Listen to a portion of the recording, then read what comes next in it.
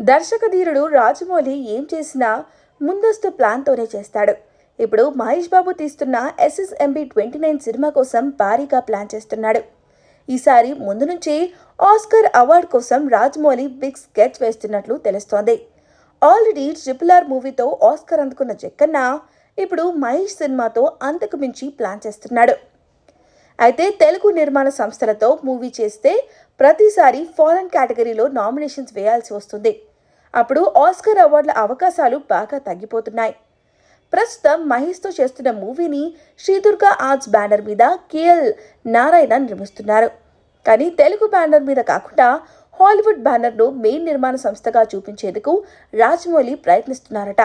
అందుకోసం హాలీవుడ్కు చెందిన నిర్మాణ సంస్థలతో చర్చలు జరుపుతున్నట్లుగా తెలుస్తోంది.